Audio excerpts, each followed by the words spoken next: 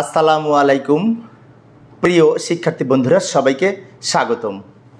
আজকে আমার এই ক্লাসের আলোচ্য বিষয় হিসাব বিজ্ঞান দ্বিতীয় পত্র অংশীদারি কারবার সংক্রান্ত যশোর বোর্ড 2019 সালে যে সৃজনশীল প্রশ্নটি এসেছিল সেই প্রশ্নটি সঠিক সমাধানের চেষ্টা করব। তো আলোচনায় তোমাদের সাথে আছে আমি মোহাম্মদ সিরাজুল ইসলাম, বরিশাল সরকারি model school and college Barishal. তো প্রিয় শিক্ষার্থী বন্ধুরা, শিক্ষার্থীদের অনুরোধে আমি এই চ্যানেলে নিয়মিত অনলাইনে ক্লাস আপলোড করে থাকি। তা আমার ক্লাসগুলি পাওয়ার জন্য তোমরা চ্যানেলটি সাবস্ক্রাইব করার পাশাপাশি যদি বেল বাটনটি অন করে রাখো, তাহলে আমি ক্লাস আপলোড করার সাথে সাথেই তোমরা নোটিফিকেশন পেয়ে যাবে। তো চলো শুরু করা যাক। তো এই যে প্রশ্নটি তোমাদের সামনে আমি উপস্থাপন করেছি, বিশাল একটি উদ্দীপক। এই তথ্যের আলোকে আমাদের ক নম্বরে বলেছে তানজিমের ঋণের সুদের পরিমাণ নির্ণয় করো। তানজিম হচ্ছে একজন অংশীদার, তার ঋণের সুদের পরিমাণ নির্ণয় করতে বলেছে। তো এইখানে আমাদের অঙ্কটি অনেক বড় হলেও ক নম্বরের উত্তর হবে অনেক ছোট। তো চলো আমরা এই তথ্যের আলোকে তানজিমের ঋণের সুদের পরিমাণ নির্ণয় করার চেষ্টা করি। তো এখানে ঋণ কোথায় আছে? এই যে এইখানে বলা আছে তানজিম বছরের মাঝামাঝি সময়ে 25,000 টাকা ঋণ হিসেবে আনয়ন করে। তাহলে আমরা এই 25,000 টাকার উপরে ঋণের সুদ হিসেব করব।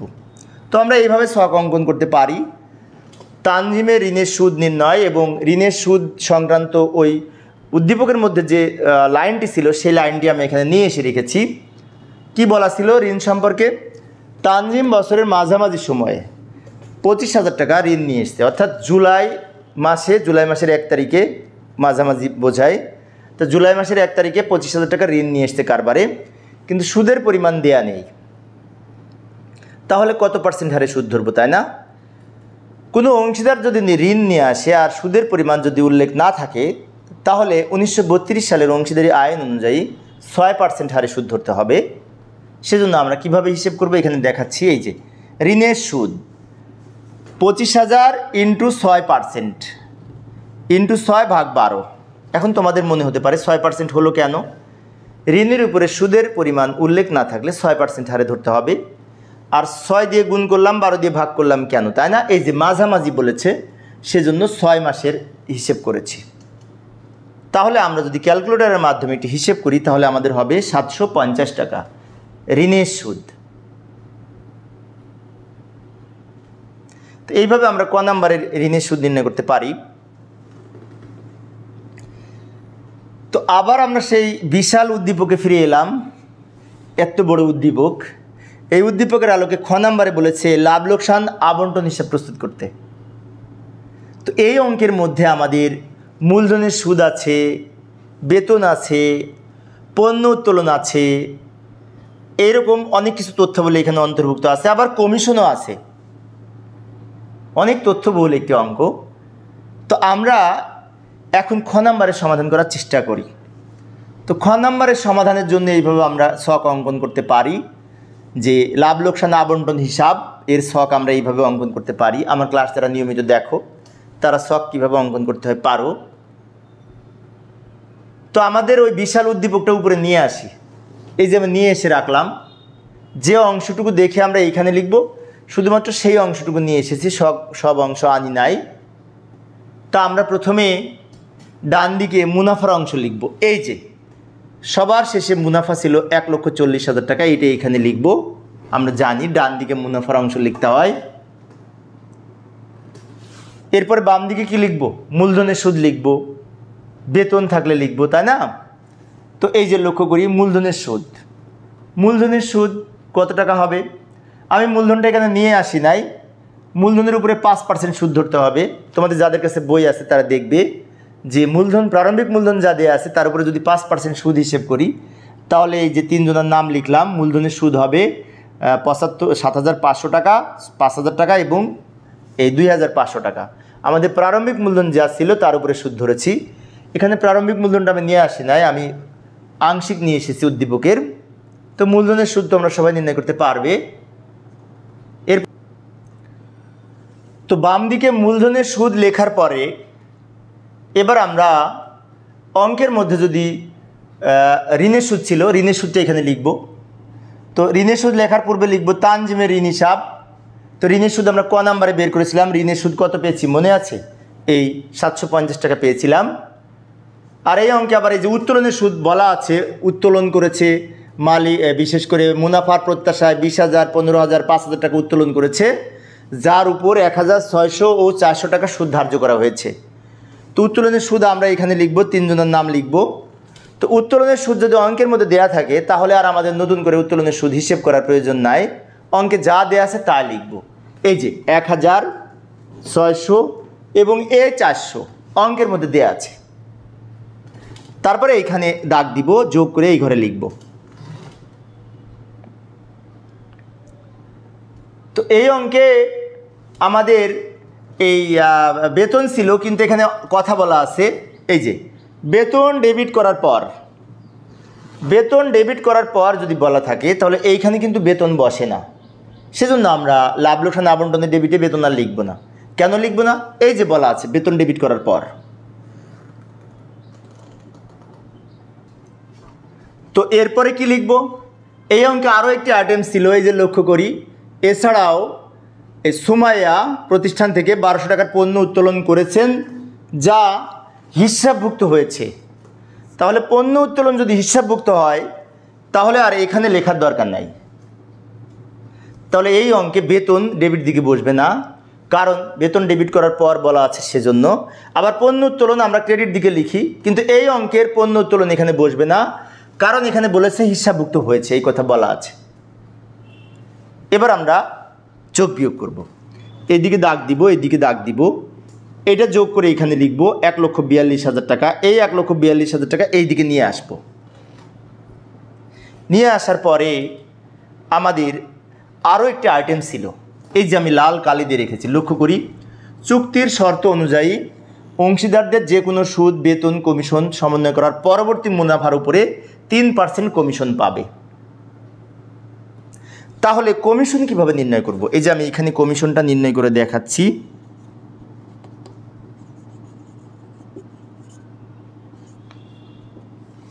কিভাবে নির্ণয় করব? আমরা এই 1,42,000 টাকা থেকে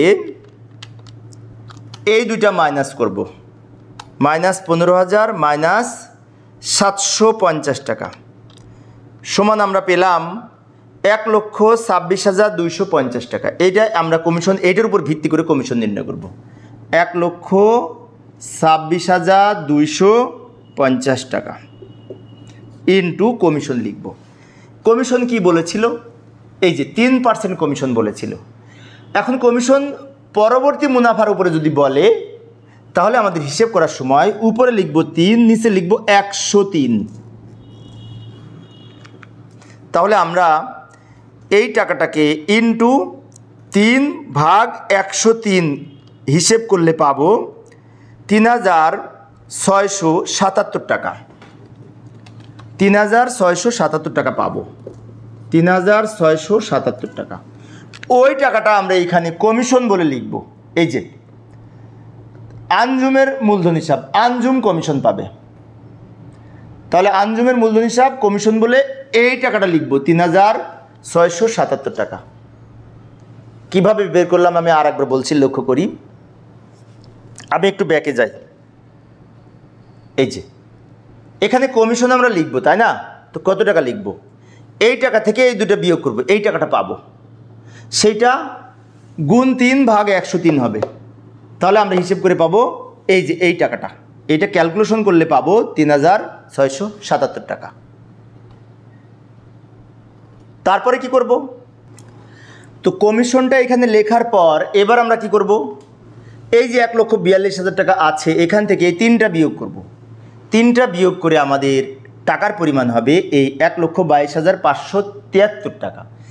এই টাকাটাকে এখন আমরা মুনাফার অংশ বলে 3 জনাকে ভাগ করে দিব। এখন এই অঙ্কে কি বলা ছিল?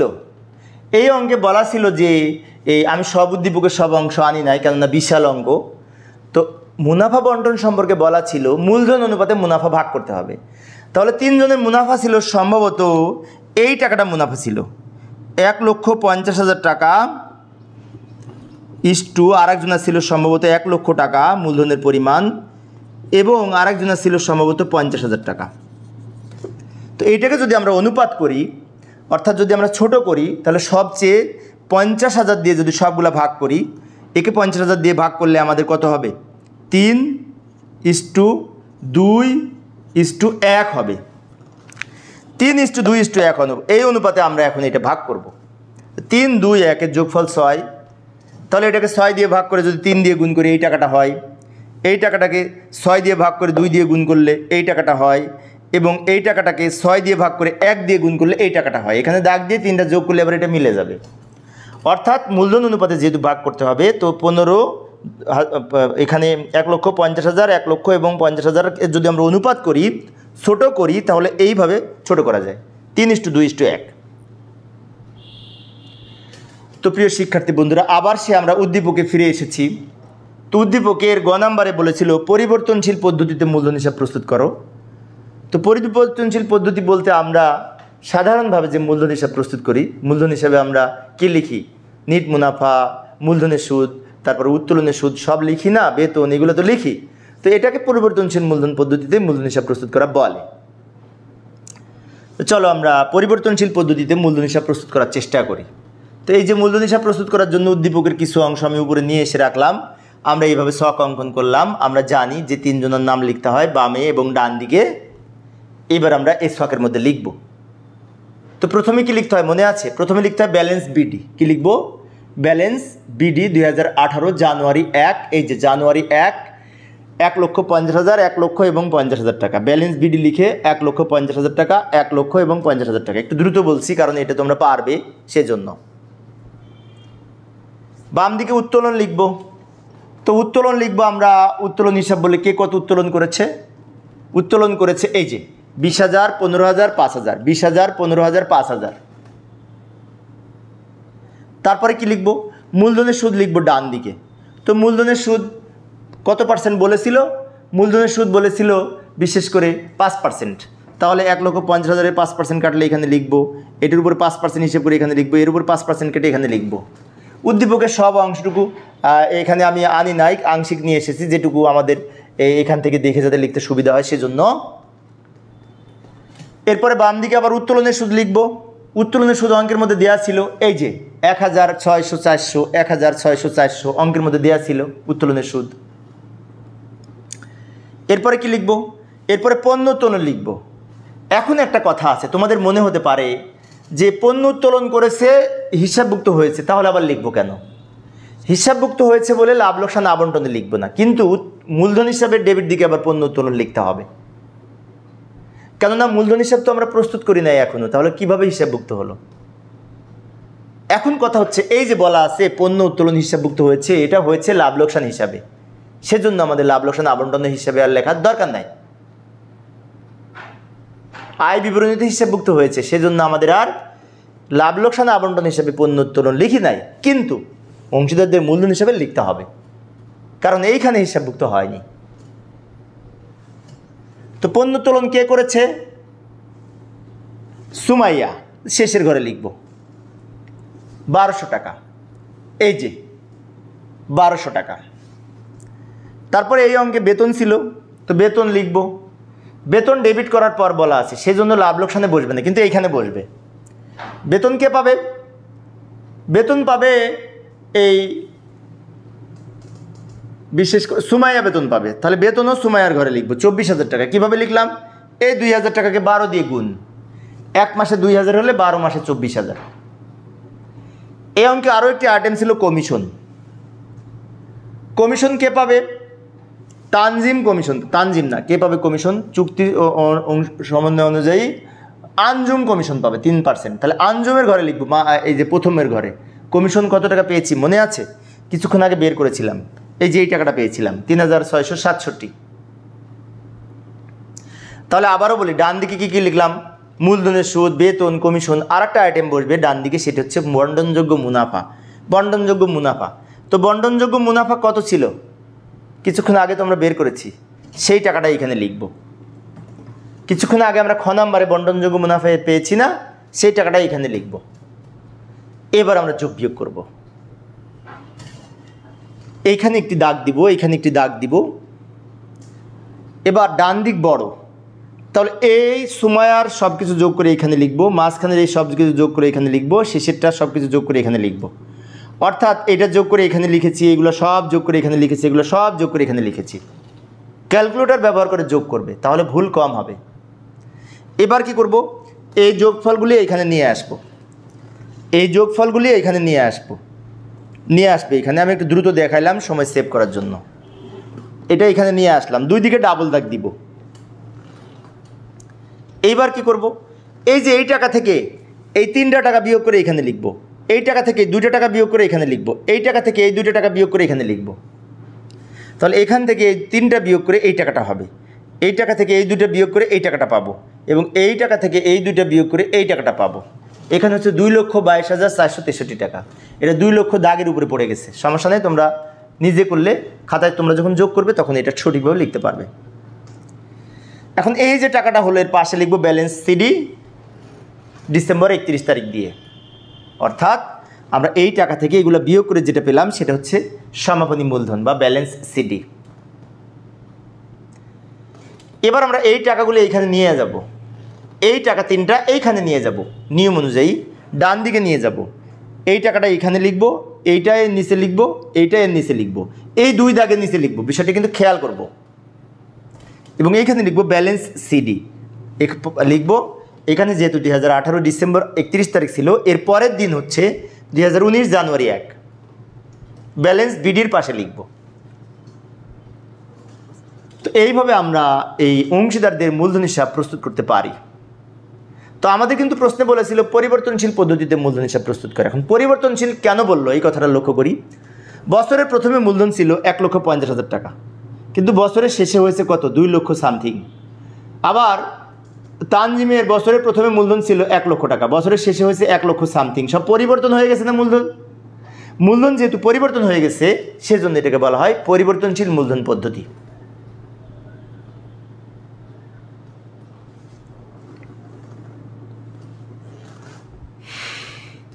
তো প্রিয় শিক্ষার্থী বন্ধুরা, এই ছিল আমার আজকের আলোচনার বিষয়। আমার পরের ক্লাসের আলোচ্য বিষয় হচ্ছে রাজশাহী বোর্ড 2019 সালে যে সৃজনশীল প্রশ্নটি এসেছিল, সেই প্রশ্নটির সঠিক সমাধানের চেষ্টা করব। দেখার আমন্ত্রণ রইল। তো পরিশেষে সবাই ভালো থাকবে এবং সুস্থ থাকবে এই কামনায়। খোদা হাফেজ।